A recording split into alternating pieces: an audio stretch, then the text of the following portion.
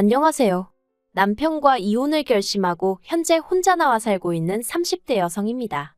의지할 친정이 없어서 어디다 말도 못하고 소갈이만 하다가 너무 갑갑해서 여길 다 찾아왔네요. 남편하고 처음 만나게 된 건 지인의 결혼식에서였어요. 친한 지인은 아니었지만 그렇다고 안 갈 수는 없는 결혼식이라 참석하게 되었는데 남편 말로는 거기서 저를 보고 한눈에 반했답니다. 참고로 남편은 신랑 쪽 하객이었어요. 그래서 신혼여행에 다녀온 지인 부부가 저에게 남편을 소개해 주었고, 이것도 원래는 갑자기 자기네 결혼식에 와줘서 고맙다며 감사 표시를 하겠다고 하도 나오라고 해대서 나가게 된 자리였거든요. 그런데 알고 보니 그냥 소개팅을 해주겠다 하면 제 성격에 안 나올 것 같으니까 그런 자리를 만들었던 거라고 하더라고요. 그리고 그렇게 만나게 된 남편은 처음부터 저에게 무척이나 적극적으로 다가왔고, 저도 그런 남편의 태도가 싫지는 않았어요. 그래서 못 이기는 척 저도 그런 남편에게 조금은 끌려다녔던 게 사실이고요. 하지만 그때만 하더라도 제가 남편과 결혼까지 하게 될 줄은 몰랐습니다. 솔직히 제가 남편보다 이것저것 부족한 부분이 많았거든요. 외모나 성품이야 워낙에 주관적인 것들이니 따질게 못 되지만 학벌이라던가 가정 형편이라던가 그런 건 제가 남편한테 비교할 수준이 못 되었죠. 저는 친정부모님이 사이가 좋지 않으셨고 그래서 두 분이 일찍이 이혼을 하셨기에 이후로 친정어머니와 단둘이 살았어요. 그런데 제가 고2가 되던 해 친정어머니가 좋은 분이 생겼다며 알려오셨고 그때 저는 친정어머니를 축하드리는 마음도 있었지만 앞으로 어떻게 살아야 할지 앞날이 깜깜한 기분이었습니다. 친정어머니와 재혼하기로 하셨다는 분이 대학 등록금도 내주겠다 하셨지만 왠지 제가 그 돈을 받아 대학을 가면 제가 친정어머니의 약점이 될 수도 있겠다는 생각에 그런 신세는 지고 싶지 않았고요. 그래서 고등학교를 졸업하자마자 전 독립을 했고 이 과정에서 독립하는 데 보태라고 친정어머니한테 1,000만 원 받은 게 전부입니다. 그리고 지금도 친정어머니가 원망스럽다던가 그런 건 없어요. 친정부모님이 이혼하신 이후로 아버지란 사람은 죽었는지 살았는지 소식 한번 제대로 전한 적이 없었고 단돈 1,000원이라도 저희 모녀에게 보낸 적이 없어서 친정어머니가 고생을 정말 많이 하셨거든요.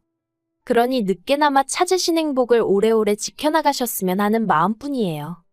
아무튼 그렇게 집에서 나와 그때부턴 닥치는 대로 아르바이트를 했어요. 지금 생각하면 정말 어린 나이였는데 오로지 돈을 모으겠다는 생각으로 또래 학생들이 하지 않는 건물 청소까지 해가며 정말이지 하루에 아르바이트 3, 4개는 기본이었어요. 빚도 한 줌 들어오지 않는 지하방에 살면서 말이죠. 그리고 그렇게 한 5년쯤 사니까 그래도 돈이 제법 모였거든요. 그래서 그 돈에 대출을 받아서 아파트를 샀어요. 왜 아파트를 샀냐고 하면 친정어머니랑 살 때는 빚이 들어오긴 했지만 늘 반지하였거든요. 그래서 언젠가부턴 해가 왕창 들어오는 집에 살고 싶단 생각을 하게 되었죠. 그리고 돈이 생겼으니 그 꿈을 이룬 거고요. 하지만 남편과 연애를 시작했을 때도 저는 여전히 아르바이트를 전전하고 있었고 그래서 대기업은 아니어도 당당히 정규직 달고 회사 다니는 남편이 제 눈엔 저보단 훨씬 잘난 사람으로 보였던 게 사실이에요. 그래서 남편이 저에게 프로포즈를 해왔을 때도 선뜻 좋다고 말하지 못했었고요. 하지만 이때도 남편이 처음 저에게 다가올 때처럼 적극적으로 밀어붙였고 저는 못 이기는 척 따라가면서 결국 부부의 영까지 맺게 되었습니다. 사실 시부모님께서는 아니나 다를까 저를 그다지 탐탁치 않아 하셨어요. 말씀하시길 남편이 장남이라 금이아오기야 키워놨더니 어디서 수준에도 안 맞는 여자를 데려왔다고요. 하지만 그래도 시까지 올리고 나니까 두 분도 어쩔 수 없다고 생각하셨는지 이후로더는 적어도 제 면전에다 대고 모욕을 주시진 않대요. 그리고 저는 어리석게도 이것만으로도 시부모님께 감사한 마음을 갖는 지경이었고요. 한편 제가 결혼한 지 1년 만에 아버님께서 지인분에게 크게 사기를 당하셨어요. 1억을 투자하면 이자로 2천을, 2억을 투자하면 이자로 5천을 준다는 누가 들어도 말도 안 되는 허무맹랑한 사업이었는데 그걸 아버님께서 철석같이 믿으시곤 어머님과 사시던 아파트까지 담보로 잡아 무려 4억을 갖다 바치셨던 거죠. 그리고 저나 남편이 이 일을 알게 된 건 두 분 사시는 아파트가 경매로 넘어간다는 통지서가 날라오면서였습니다. 시부모님께선 집이 경매로 넘어간다는 건 상상도 못하고 계셨기에 그 서류가 뭘 의미하는지 모르겠다며 남편에게 보여주셨고 그렇게 온 집안이 난리가 났어요. 완전히 뒤집어졌죠. 그리고 결국 정말 두 분의 집이 경매로 넘어가면서 두 분이 오갈 데가 없어지셨어요. 그러자 당시 저희 부부는 제가 결혼 전 마련했던 아파트에서 살고 있었는데 남편이 시부모님을 모셔오면 안 되겠냐고 하더라고요. 솔직히 내키지 않았고 난처했고 거절하고 싶은 마음뿐이었습니다. 하지만 그랬다간 지금처럼 남편과 잘 살 수 있을까 하는 걱정과 우려가 들어서 결국 자의반타의반으로 그러자 할 수밖에 없었네요. 지독하게 외롭게 악바리처럼 살았던 20대의 생활을 죽어도 반복하고 싶지 않기도 했고요. 시부모님이 저희 집에 들어오시던 날이 지금도 생생하게 기억이 나요. 제가 대궐 같은 집에 두 분을 모시게 된 것은 아니었지만 두 분도 아파트가 제 아파트라는 건 잘 알고 계셨던 만큼 저에게 고마워하실 줄 알았습니다. 솔직히 네, 고맙다 다니덕이다 그런 말 한 번쯤은 들어보고 싶었어요. 수준에도 안 맞는 며느리, 내 아들이 좋다니까 어쩔 수 없이 받아들였지. 우리나 되니까 이 정도 혼수해도 괜찮다 하는 거지. 이런 반응 말고 우리 며느리가 최고다 우리 며느리 아니었으면 어쩔 뻔했냐. 정말이지 딱 한 번만 들어보고 싶었거든요. 그런데 그렇지가 않았습니다. 남편 돈은 1원 한 푼 안 들어간 정말 제 피땀으로 이루어진 아파트였는데 그걸 시부모님께선 아들 잘 둔 덕이라고 말씀하시더라고요. 그래도 어쨌든 실컷조건 합가는 시작되었고 이후로 저는 제 사업으로 눈코 뜰 새 없이 바쁜 하루하루를 보내고 있었습니다. 사실 시부모님 사정이 이렇게 될 줄 모르고 저는 저대로 결혼하고 얼마 지나지 않아서부터 사업 계획을 세웠고 약 1년 만에 사업을 시작했는데 하필이면 그때 앞서 말씀드린 사건이 터진 거거든요. 타이밍이 참으로 기가 막혔죠. 만약 그때 제가 조금이라도 늦게 사업을 시작했었더라면 솔직히 제가 그나마 사업 자금으로 모아뒀던 돈 전부 아버님 어머님 대출 갚아드리는데 뺏겼을지도 모르겠다 싶거든요. 아무튼 어머님께선 시부모를 모시고 사는 며느리가 집에 착실히 붙어있지 못하고 밖으로만 돈다며 영 못마땅한 기색을 감추지 못하셨지만 당시 시부모님은 생활비를 한 푼도 주지 않고 계셨으니 남편이 자기 외벌이로는 내 식구 먹고 살기 빠듯해서 안 된다. 그나마 이 사람이 벌어오니까 지금 이 생활이 가능한 거다 하고 제 편을 들어주어 계속해서 사업을 이어갈 수 있었죠. 그리고 더 까놓고 말하자면 집에 가봤자 저를 기다리고 있는 건 산더미처럼 쌓여있는 집안일과 시부모님의 잔소리 폭탄이 전부였으니 제 집이 제 집같이 편하질 않았고 그래서 점점 더 많은 시간을 사업에 쏟게 되었습니다. 그런데 그렇게 시부모님과 합가를 한 지 1년 좀 지났을까. 정말 기가 막히고 코가 막히는 소리를 어머님이 하시더라고요. 남편에게는 아래로 2살 어린 시동생이 있는데 착실하고 진득하니 직장 생활을 하던 남편과 달리 소위 한탕주의라고 하나요? 맨날 한다는 말이 사람이 몸으로 돈을 벌면 안 되고 머리를 써야 한다면서 그렇게 사업을 한답시고 이것저것 찍접대기 바빴는데 지금 이렇게 글을 적다 문득 든 생각이 어쩌면 아버님을 닮아서 그런가 싶기도 하네요. 남편 말로는 아버님도 늘 소위 대박을 쫓으며 인생 역전을 꿈꾸셨다 들었거든요. 아무튼 그런 시동생은 저희가 결혼하고 넉 달 만에 식을 올렸는데 사실 이것도 사연이 있어요. 원래 한 집에서 1년에 자식 둘을 결혼시키는 일은 흔치 않다 들었습니다. 그런데 시동생의 경우 저희가 식을 올린 직후였을 거예요. 그 당시 사귀던 여자친구, 그러니까 지금은 제 동서죠. 동서가 임신을 했다고 하더라고요. 그리고 동서네 집안에선 어차피 결혼을 전제로 사귀던 거 아니냐? 배불러 오기 전에 식을 올려줘야 할 거 아니냐며 나왔고 그런데 나중에 듣기론 시동생은 결혼까지 생각하고 만났던 사이는 아니었답니다. 아무튼 그래서 번갯불에 콩거 먹듯이 식을 올렸어요. 제가 앞에서 말을 안 했는데 제가 남편과 결혼하던 당시 남편은 자기가 모은 돈 5천만 원만 가지고 저랑 결혼했어요. 시댁에서 해준 건 하나도 없었습니다.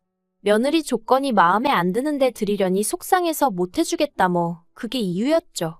그리고 시동생이 결혼할 때도 이건 마찬가지였습니다. 시부모님이 말씀하시길 막말로 배불러 오는 여자가 급하지 우리 쪽이 급할 게 뭐가 있냐. 여자가 평소에 행실을 어떻게 하고 다니면 결혼도 하기 전에 애부터 갔냐며. 아니 애는 동서 혼자 만들었나요? 아무튼 어머님은 시동생의 결혼에 있어서 당신이 철저히 갑이라고 생각하고 계셨고 그래서 또 당신 성에 차지 않는 며느리를 드리는 것만으로도 스트레스라며 그쪽에도 땡전 한 푼 도와주지 않으셨어요. 그런데 웃긴 건 그래도 체면치레는 해야겠다 싶으셨는지 저희더러 한 1,000만 원만 해주라고 그러시는 거예요. 그리고 바보 같은 남편이 1,000만 원은 무리지만 어느 정도는 해주겠다며 500 해주대요. 이때도 솔직히 마음에 안 들었지만 별말 안 했어요. 제가 언니 오빠 동생이 없다 보니 남편 마음을 이해 못하는 거 아닌가 하고 어떻게든 제 자신에게서 이유를 찾아보려고 했죠. 그런데 저는 정말 이 정도면 할 만큼 했다고 생각하거든요. 저는 시댁으로부터 뭐 하나 받은 거 없었지만 시동생 장가 간다고 돈 줘. 어머님 아버님 집 경매 넘어갔다고 모시고 살아. 그 모시고 사는 집도 내가 마련한 아파트지. 저보다 잘난 며느리들도 많겠지만 제가 그렇게 못난 며느리란 생각도 안 들었어요. 그런데 사람 욕심이 끝이 없다더니 지금으로부터 3달 전인가 시동생이 또 사업을 말아먹었다는 얘기가 들려왔습니다. 마지막이라며 동선의 부모님 그러니까 그쪽 처가에서 돈까지 갖다 썼다고 들었는데 말 그대로 쫄딱 말아먹었다네요. 그래서 결국 그 처가에 들어가 살고 있다고요. 그런데 시동생이 시부모님하고 저희 남편한테 자기들도 저희 집에 들어와 살면 안 되겠냐고 그랬던 모양입니다. 처가에서 눈치 보여 못 살겠다며 저희 남편더러 방 한 칸만 내어달라고 했다나요? 34평짜리 아파트에 방이 3개니 이론상으론 시부모님 저희 부부 시동생 네 부부 살면 살지 못 살 건 없었죠. 하지만 생각할수록 너무 스트레스더라고요. 게다가 저를 정말 언짢게 한 건 어머님의 태도였습니다. 이렇게 돼서 걔네가 들어와서 살게 됐으니 그런 줄 알아라 하시는데 집주인은 저인데 왜 저한테 통보식으로 말씀하시는 건지 어이가 없더라고요. 그래서 저도 오기가 나서 싫다고 안 된다고 했어요. 어머님 아버님과 같이 사는 것도 솔직히 편하지 않다. 그런데 어떻게 시동생네까지 같이 살라고 하시는 거냐? 그랬더니 어머님께선 내가 너 집안일을 시키냐? 네가 그렇다고 집에 붙어있기를 하냐? 어차피 낮에는 빈집이나 마찬가지인데 뭐가 문제냐? 들어오게 할 거다. 하고 막 나오시는 거예요. 아니 제가 제 집에 오래 안 있는다고 해서 아무나 들어오게 해서 살라고 해야 하나요? 그리고 어머님 말씀대로 몇 시간 집에 붙어있지도 못하는데 그때만이라도 제발 좀 편하게 쉬고 싶은데 해드는 집에서 살고 싶어서 정말 있는 돈 없는 돈에 대출까지 받아 마련한 아파트였어요. 제 명의로 되어 있단 이유로 대출도 오롯이 혼자 갚고 있었고요. 그런데 정작 저는 어머님 아버님이 들어와서 살기 시작하신 이후로 집으로 들어오는 햇살 한번 마음껏 만끽해보지 못했는데 이젠 시동생까지 같이 살라니 어림도 없었죠. 게다가 생각해보니까 시동생네는 애도 있잖아요. 도저히 안 되겠단 생각뿐이었습니다. 그런데 어머님께선 당신이 시조카라도 봐줘야 걔들도 일을 할 거 아니냐며 상황인 만큼 무조건 들어오게 할 거라고. 나중엔 못 참겠으면 저더러 집에서 나가라는 말씀까지 하시더군요. 절이 싫으면 중이 떠나야지 어쩌겠냐고요. 그래서 제가 어머님께 여긴 절이 아니고 아파트고 제 명의로 되어 있으니 제 아파트가 싫으시면 얹혀 사는 사람이 나가야 하지 않겠냐고 받아쳤네요. 그러자 이번엔 어머님께서 며느리가 돼서는 시부모를 쫓아낸다며 그걸로 남편에게 울고불고 노여워하셨고 그나마 믿었던 남편마저 저더러 원래 이렇지 않았지 않냐며 정말 마지막이라고 어쨌든 자기한텐 하나뿐인 동생인데 제가 한 번만 품어주면 안 되겠냐대요. 게다가 동서까지 저에게 전화를 해서는 아들이 이렇게 능력이 없으면 시댁에서 어느 정도는 도와줘야 하는 거 아니냐고 저한테 하소연을 하는데 아니 제가 시동생을 낳은 것도 아니고 저도 엄연히 동서하고 같은 처지였잖아요. 정말 온 가족이 저 하나 나쁜 X로 몰아가는데 환장할 노릇이었죠. 그래서 결국 저는 결단을 내릴 수밖에 없었습니다. 그리고 그 결단이란 것은 아파트를 부동산에 내놓는 것이었어요. 막말로 집을 팔아버리면 저도 그렇지만 다들 나가야지 별 수 있겠나 싶었거든요. 그래서 부동산에 집을 내놓은 그날 시부모님께 집 내놨다고 말씀드렸더니 저희 어머님은 김칫국부터 드셨습니다. 드디어 정신을 차렸냐며 그래. 이참에 집도 좀 넓혀가자. 시동생네는 애가 있어서 나도 좀 걱정이었다. 정말 끝까지 여러 가지 의미로 사람을 실망시키지 않으시는구나 싶대요. 그런데 남편은 그래도 같이 한 시간이 있어서인지 뭔가 꺼림직했나 봐요. 왜 집을 내놨냐고 계속해서 집요하게 물어왔으니까요. 제가 시동생네랑 같이 살기 싫어서라고 딱 잘라 말했습니다. 그랬더니 시부모님 얼굴이 벌겋게 달아올라서는 저더러 못돼 처먹었다고 게다가 남편까지 저더러 너 왜 이렇게 이기적이냐, 변했냐 하는데 정말 정내미가 뚝 떨어진다는 게 이런 건가 싶었습니다.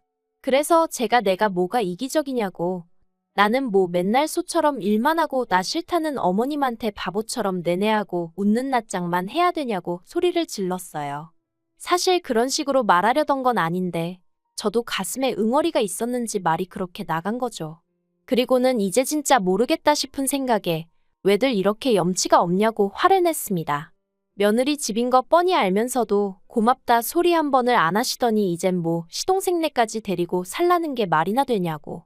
그냥 이 꼴 저 꼴 다 보기 싫으니 어머님 아버님도 나가시라고요.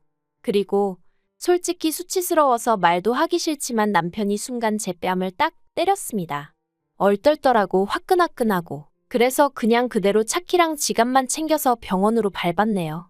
진단서 끊고 경찰에 신고하고. 솔직히 저도 같이 속된 말로 들이받을 수도 있었겠지만 그 와중에 이혼할 때 한 대 맞은 게 저한테 유리하게 적용되지 않을까 하는 생각이 번뜩 들었거든요. 그래서 맞붙지 않고 병원하고 경찰서부터 갔죠. 바로 이튿날이 됐을 때는 저는 비록 원하던 가격은 아니었지만 하루라도 이 지옥에서 빨리 탈출하겠다는 생각으로 집을 팔아버렸어요. 그리고는 집 나간 며느리가 집 안로 기어들어왔다며 비웃는 시부모님 면전에 집 팔았으니 언제까지 비우라고 알렸더니 어머님은 급기야 울대요. 수준도 안 맞는 며느리가 들어와서 자기가 거리에 나앉게 생겼다며 아버님이 똥된장 분간 못하고 사기당한 건 기억을 못하나 싶어서 한마디 해주려다 이러쿵저러쿵 말 길어지는 게 싫어서 예 하고 말았어요. 체면치레하기 좋아하고 뭣도 없으면서 자기들 평판은 어지간히 신경 쓰는 사람들이라 아마 안 나가고 버티고 그런 건 못할 거예요. 그리고 저는 지금 사업장 근처에 오피스텔을 얻어서 나와 있어요. 집에 있는 짐이라곤 남편이 결혼할 때 돈 5천으로 해온 가정가구들이 전부니 그거 다 이고지고 나가라고 하죠 뭐. 그리고 변호사 말이 이혼 소송에도 저한테 유리하다고 결국 마음 급한 건 남편일 테니 저더러 너무 걱정하지 말라더라고요. 20대처럼 외로워질까봐 썩은 동아줄인 거 알면서도 어떻게든 붙들고 있어 보려던 건데 그 동아줄 잡고 불안하게 사느니 저 혼자 마음 편히 사는 게 훨씬 낫겠다는 생각이에요. 빨리 모든 게 정리되어 햇볕 잘 드는 집에서 새 출발하고 싶네요.